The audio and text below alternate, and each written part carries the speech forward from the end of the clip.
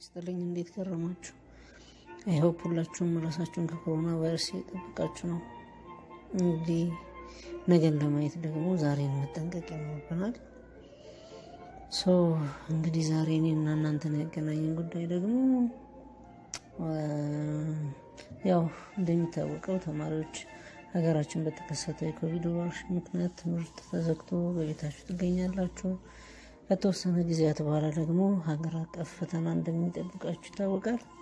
በመሆኑም ለብሔራዊ ፈተና እንዲረዳችሁ እኔም ያቅሜን ያህል የዜግነት ግዴታዬን መወጣት ስላለብኝ የ12ኛ ክፍል ማትስ ነው በቀላሉ ማንም ተማሪ በሚረዳው መልኩ ስቴፕ ባይ ስቴፕ በሆነ ወይ ቪዲዮዎችንና ጥያቄዎችን በዩቲዩብ ገጽ ይለቀላችኋለሁ። እናንተም የዩቲዩብ ቻናሌን ላይክ እና ሰብስክራይብ በማድረግ በየጊዜው የሚወጡ ለኢንትራንስ የሚያግዟችሁን ትምህርቶችና ጥያቄዎች ማግኘት ትችላላችሁ። Don't forget, as the saying goes, the only way to learn mathematics is to do mathematics, so keep practicing. ያው ከምሰጣችሁ በተጨማሪ ተወሰነ መጽሐፉንም እያያችሁ ፕራክቲስ አድርጉ። Okay, let us shift to our business. So after completing this chapter, you will be able to understand the concept of limit and find out the limit of sequence of numbers, determine the limit of a given function, and determine continuity of a function over a given interval, apply the concept of limit to solve a real-life mathematical problem, as well as develop a suitable ground for dealing with differential and integral calculus. Upper bound and lower bounds here. The definition of upper bound and lower bound states that let a(n) be a sequence and small m and capital M be an element of real number. Then the first condition is capital M is said to be an upper bound of the sequence a(n) if capital M is greater than or equals to ai for all ai an element of the sequence a(n). And the second condition is small m is said to be a lower bound of the sequence a(n) if small m is less than or equals to all ai's for all ai's an element of the sequence a(n). And the last thing is the sequence is said to be bounded if it has an upper bound that is bounded above, and if it has a lower bound that is bounded below. Therefore, in order to be a sequence to be bounded, it has to be bounded above and bounded below.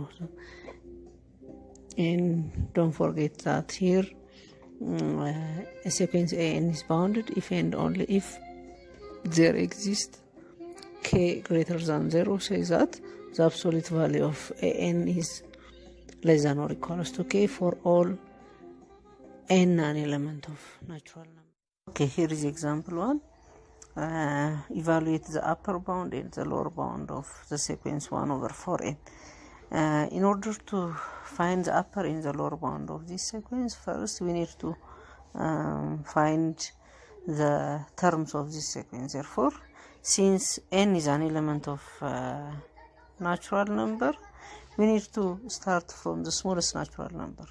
The smallest natural number is 1. እንደምናውቀው just ትንሹ natural number አንድ ነው። ስለዚህ መተካት ነው። ስለዚህ for n is equals to 1, it will be what?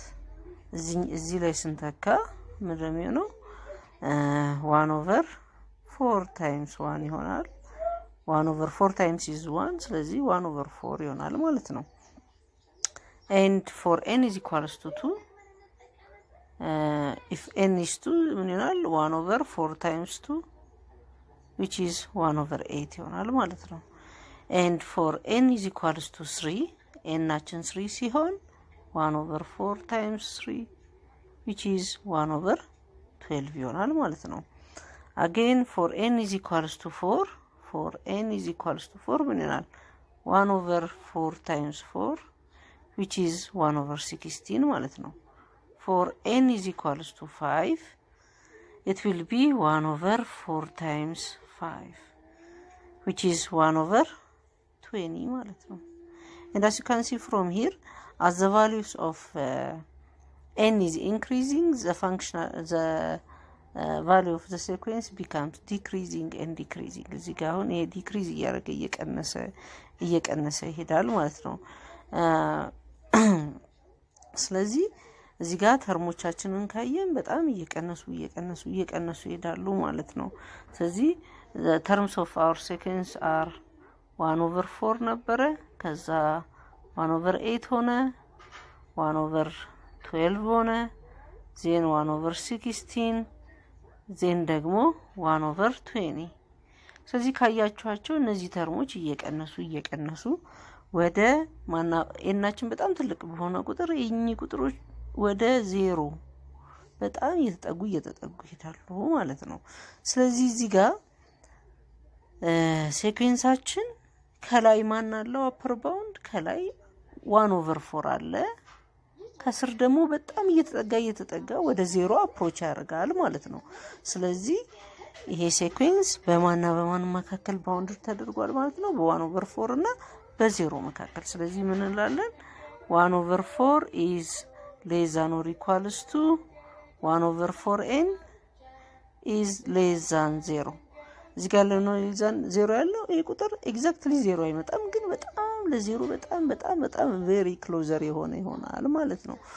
ስለዚህ እዚህ ጋር ሊስት ኦፍ አፐር ባውንዶቻችንን ስንወስድ ከዚህ ቁጥር ይሄ ቁጥርና ከዚህ መጀመሪያም እንደምናደርገው እነዚህ ሁለቱን ቁጥር ነው የምናወዳድረው። የሚበልጠው ቁጥር ከሁለቱ የሚበልጠው አፐር ባውንድ እና ሴት ኦፍ አፐር ባውንዶችን ይዘናል ማለት ነው። ስለዚህ እዚህ ጋር የሚበልጥልን ማን ነው? 1/4 ነው። ስለዚህ ሴት ኦፍ አፐር ባውንድ ምን ይሆናል ማለት ነው? 1/4 እና ከ1/4 የሚበልጥ ማንኛውም ቁጥር ሴት ኦፍ አፐር ባውንድ ይሆናል። ሎወር ባውንድ ጋር ስንመጣ ደግሞ 0 እና ከ0 በታች የሆኑ ማንኛውም ቁጥሮች ሊስት ኦፍ ሎወር ባውንድ ይሆናሉ ማለት ነው። ስለዚህ እዚህ ጋር ሴት ኦፍ አፐር ባውንድ እዚህ ጋር ሴት ኦፍ አፐር ባውንድስ ማን መሆን ይችላሉ?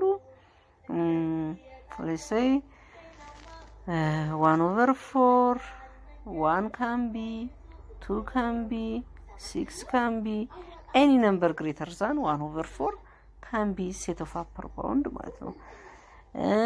set of lower bound ላይ ደግሞ ምን ይሆናል? set of lower bound ምን ብለናል?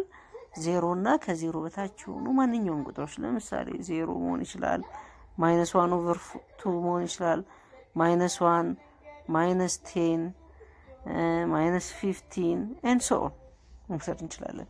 እዚህ ጋር ደግሞ ሌላ ምን አለ? from the upper bound the least one or the boundary is called least upper bound። እዚህ ጋር ምንድነው ከአፐር ባውንዶቹ ትንሹ ወይም ባውንደሪ ብለን የወሰድነው least upper bound እንለዋለን ማለት ነው። therefore እዚህ ጋር ሊስት አፐር ባውንዳችን ማን ይሆናል? 1/4 ማለት ነው። እዚህ ጋር ካያችሁ ትንሹ ከነዚህ ዝርዝሮች ውስጥ 1/4 ነው ማለት ነው። ሁለተኛው ደግሞ ከሎወር ባውንዶቹ ትልቁ ምን እንለዋለን? ግሬተስት ሎወር ባውንድ እንለዋለን። ከነዚህ ውስጥ አሁን ትልቁ ማን ነው? 0 ነው። ስለዚህ ምን እንለዋለን? ይሄንን ግሬተስት ሎወር ባውንድ። ስለዚህ ግሬተስት ሎወር ባውንዳችን 0 ይሆናል ማለት ነው። Here is example 2. Find the set of upper bound and lower bound of the sequence 3n minus 2/n. In this example we are also going to find the least upper bound and the greatest lower bound of the sequence. Okay, and in order to find the upper and the lower bound of this sequence, first let us find some terms of the sequence by substituting instead of n that are n element of natural number, and as we know the smallest natural number is 1. Therefore for n is equals to 1 it will be እዚህ ላይ ነው ሰብስቲቱ የምናደርገው። ስለዚህ for n is equals to 1 ምን ይሆናል? 3 times 1 minus 2 over 1 ይሆናል ማለት ነው። 3 times 1 is 3 minus 2 is 1 ማለት ነው። 1 over 1 ይሆናል which is 1 ማለት ነው። at the same time for n is equals to 2 for n is equals to 2 ምን ይሆናል 3 times 2 minus 2 over 2 ይሆናል ማለት ነው። ይሄ ደግሞ ማለት 3 times 2 is 6 6 minus 2 over 2 which is 4 over 2 2 ይሆናል ማለት ነው። again for n is equals to 3 ምን ይሆናል 3 times 3 minus 2 over 3 ይሄ ደግሞ 9 minus 2 which is 7 over 3 ይሆናል ማለት ነው። for n is equals to 4 for n is equals to 4 it will be 3 times 4 minus 2 over 4 which is 12 minus 2 is 10 10 over 4 10 over 4 means 2.5 ማለት ነው ይሄ and again for n is equals to 5 ምን ይሆናል 3 times 5 minus 2 over 5 15 minus 2 ምንድነው ነው 13 over 5 ይሆናል ማለት ነው። እንደዚህ ያለን for a larger number let's say for n is equals to 10 እንውሰደው እስቲ for n is equals to 10 ምን ይሆናል 3 times 10 minus 2 over 10 ይሆናል ማለት ነው። ይሄ ደግሞ 13 minus 2 which is 30 minus 2 is 28 28 over 10 ደግሞ ይሄ ስንት ይሆናል 2.8 ይሆናል ማለት ነው። For example let us take n another larger number for example for n is equals to 100 እዚህ ጋር ምንድነው ቁጥሩን እየጨመርን የምንሄደው ወደ ማን አፕሮች ያደርጋል የሚለውን አይደንቲፋይ ለማድረግ ነው ማለት ነው። ስለዚህ 100 ሲሆን ምን ይሆናል 3 times 100 minus 2 over 100 ይሆናል። ይሄ ደግሞ 300 ሲቀነስ 2 which is 298 over 100 ማለት ነው which is 2.98 ማለት ነው። therefore as n tends to infinity the sequence 3n minus 2 over n approach to 3 ማለት ነው። ካያችሁ ተርሞቹ ነው ወደ 2.88 ቁጥሮቹ በጣም የጨመሩ ቁጥር እነዚህ ቁጥሮች ወደ 3 በጣም እየቀረቡ ይሄዳሉ ማለት ነው። ስለዚህ እዚህ ጋር our sequence is bounded between 1 and 3 ማለት ነው። ስለዚህ 1 is less than or equals to 3n minus 2 over n is less than 3 ማለት ነው። ስለዚህ ሲኩዌንሳችን አሁን በማንና በማን መካከል በ1 እና በ3 መካከል ባውንድድ ነው። ስለዚህ አፐር እና ሎወር ባውንዱን አይደንቲፋይ ለማድረግ መጀመሪያ ሁለቱን ቁጥሮች እናወዳድራለን። ስለዚህ እዚህ ጋር እንደምታዩት 3 ትልቅ ነው። ስለዚህ ሴት ኦፍ አፐር ባውንዳችን 3 እና ከ3 በላይ ይሆናል። ሴት ኦፍ ሎወር ባውንዳችን ደግሞ 1 እና ከ1 በታች ይሆናል ማለት ነው። ስለዚህ ሴት ኦፍ አፐር ባውንድ ምን ይሆናል ማለት ነው 3 and any number greater than 3 can be 4 5 15 17 any number. Again set of lower bound it will be our boundaries since this one እና ከዛ በታች አለ። ለምሳሌ 1 መሆን ይችላል 0 -1 -5 -100 and extra and therefore ከነዚህ ደግሞ ምን ብለናል ሊስት አፐር ባውንዳችን ደግሞ ማን ይሆናል ማለት ነው ከአፐር ባውንዱ ትንሿ ወይም ደግሞ ባውንደሪያችን ማነች 3 ስለዚህ ሊስት አፐር ባውንዳችን 3 ይሆናል and greatest lower bound ጋር ስንመጣ ደግሞ ከሎወር ባውንዶቹ ባውንደሪያችን ወይም ደግሞ ትልቁ greatest ከሎወር ባውንዱ ትልቁ አንድ ይሆናል ማለት ነው። Here is limit of sequence example 3 consider the terms of the sequence 1 over n for n element of natural number as the value of n gets larger and larger 1 over n converges to 0 that is the terms of the sequence becomes smaller and smaller and at approach to 0 if it some of the terms of this sequence are for n is equals to 1, it will be 1 over 1, which is 1. And you can take for n is equals to 2, it will be 1 over 2, and so on. For n is equals to 10, it will be 1 over 10. And for n is equals to 100, it is 1 over 100. As you can see from this, as the value of n gets larger and larger, the sequential value becomes decreasing and it approaches to 0. Therefore, as n tends to infinity, 1 over n approaches to 0, and therefore we can say that in this case 0 is said to be the limits of the sequence 1 over n, and we can express this as the limit as n tends to infinity of 1 over n is 0, and this can be read as the limit of 1 over n as n approach to infinity is 0.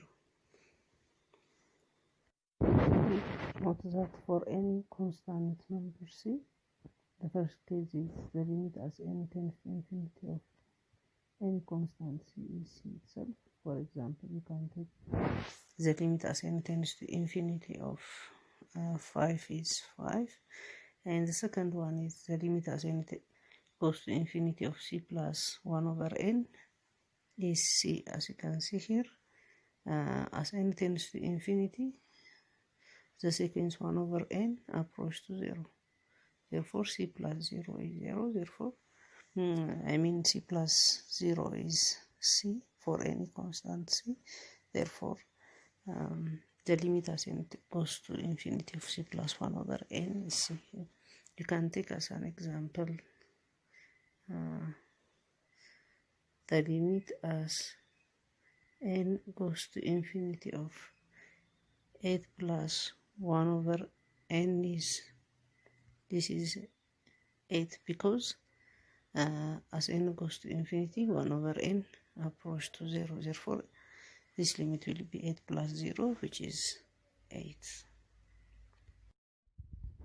Here is a theorem. Let an and bn be convergent sequence with the limit as n tends to infinity of an is L, and the limit as n tends to infinity of bn is m. Then the sum, that is the sequence n plus n, and the difference, the sequence n minus bn, and a constant multiple c times an, and the product an times bn, and the quotient an over bn, provides that m is different from 0 and bn is different from 0 for every n are convergent with, that is, the first is called the sum rule, that is the limit as n tends to infinity of an plus bn.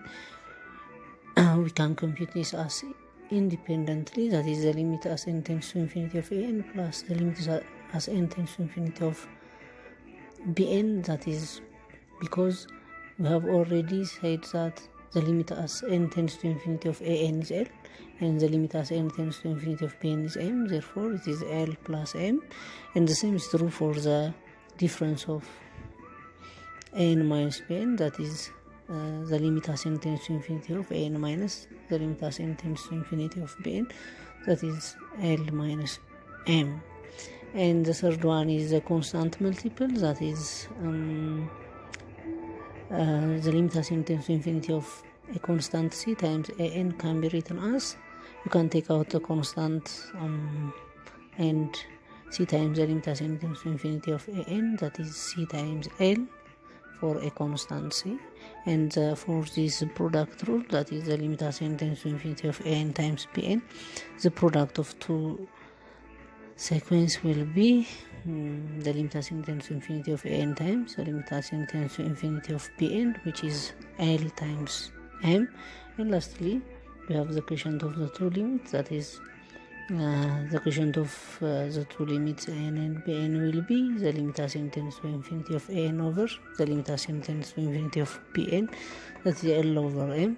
And lastly, if an is greater than or equals to 0, as n tends to infinity, the limit as n tends to infinity of the square root of an can be written as or equals to the square root of the limit as n tends to infinity of an, which is the square root of L. Example 5, evaluate the following limit.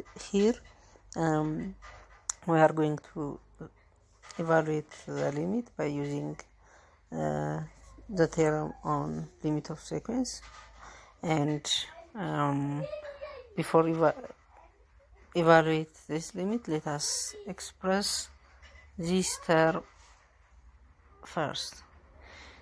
As you can see, n plus 1 square is the product of two terms, that is n plus 1 times n plus 1. ስለዚህ ይህን መጀመሪያ መግለጽ መተንተን ይኖርብናል ማለት ነው።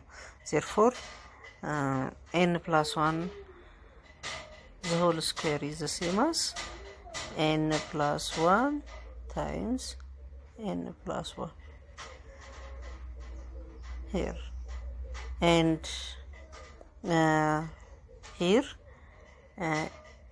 here n is multiplied with the whole n plus 1, therefore n times n is n square, n times 1 is n, and then the next one is 1 is multiplied with the whole expression n plus 1, therefore 1 times n plus 1 is n plus 1, therefore here we can add n plus n is to n, therefore this is n square plus 2n plus 1, therefore we can substitute here n plus 1 the whole square by this expression n square plus 2n plus 1, therefore our limit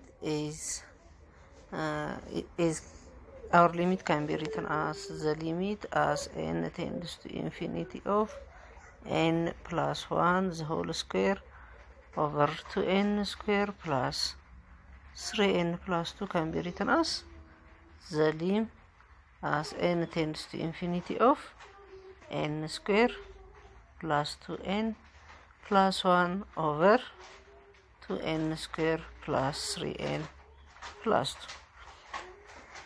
As you can see here, the easiest way to solve this limit is just, this limit is a combination of two polynomials, that is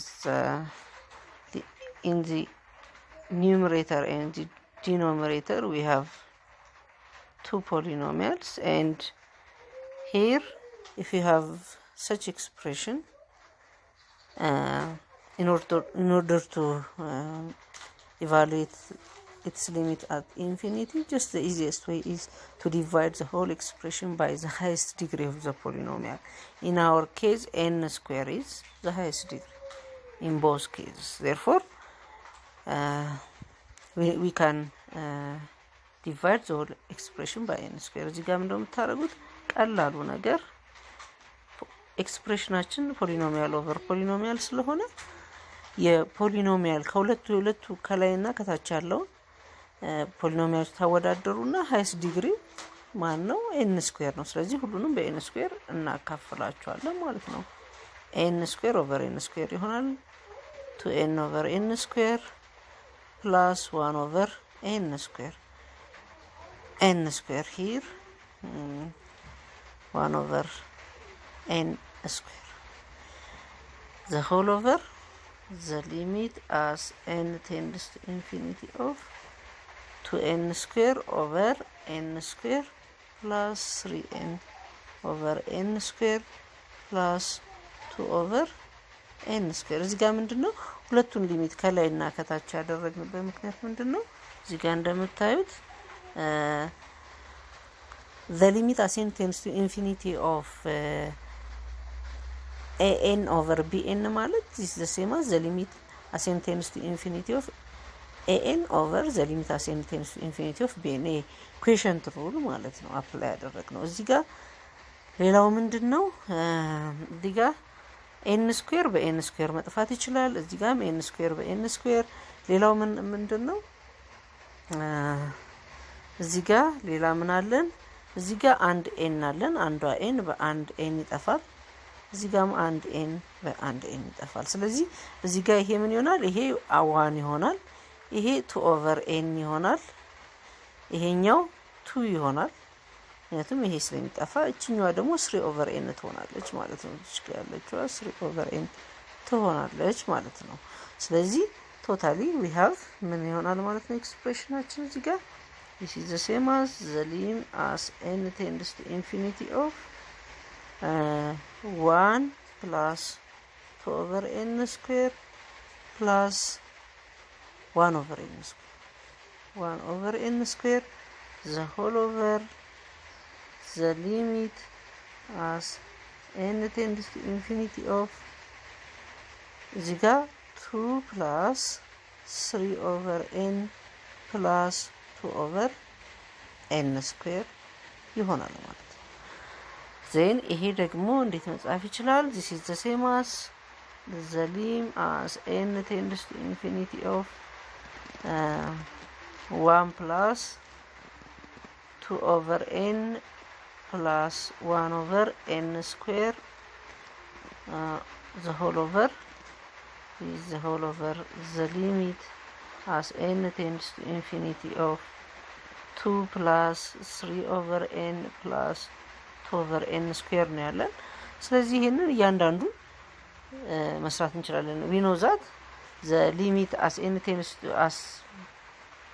tends to infinity of any constant እዚህ ጋር the lim as n tends to infinity of any constant is c itself። ስለዚህ the limit as n tends to infinity of 1 is 1 እዚህ ጋር የዚህ 1 ነው የሚሆነው የዚህም 1 ነው የሚሆነው። ስለዚህ ምን ይሆናል ማለት ነው this is the same as 1 plus ይሄም ተመሳሳይ the limit as n tends to infinity of 2/n as n tends to infinity 2/n approach to 0 ስለዚህ ይሄ ኮንቨርጅ የሚያደርገው 2/nም ወደ 0 አፕሮች ያደርጋል ማለት ነው። ስለዚህ እዚህ ጋር ምን ይሆናል ማለት ነው 1 plus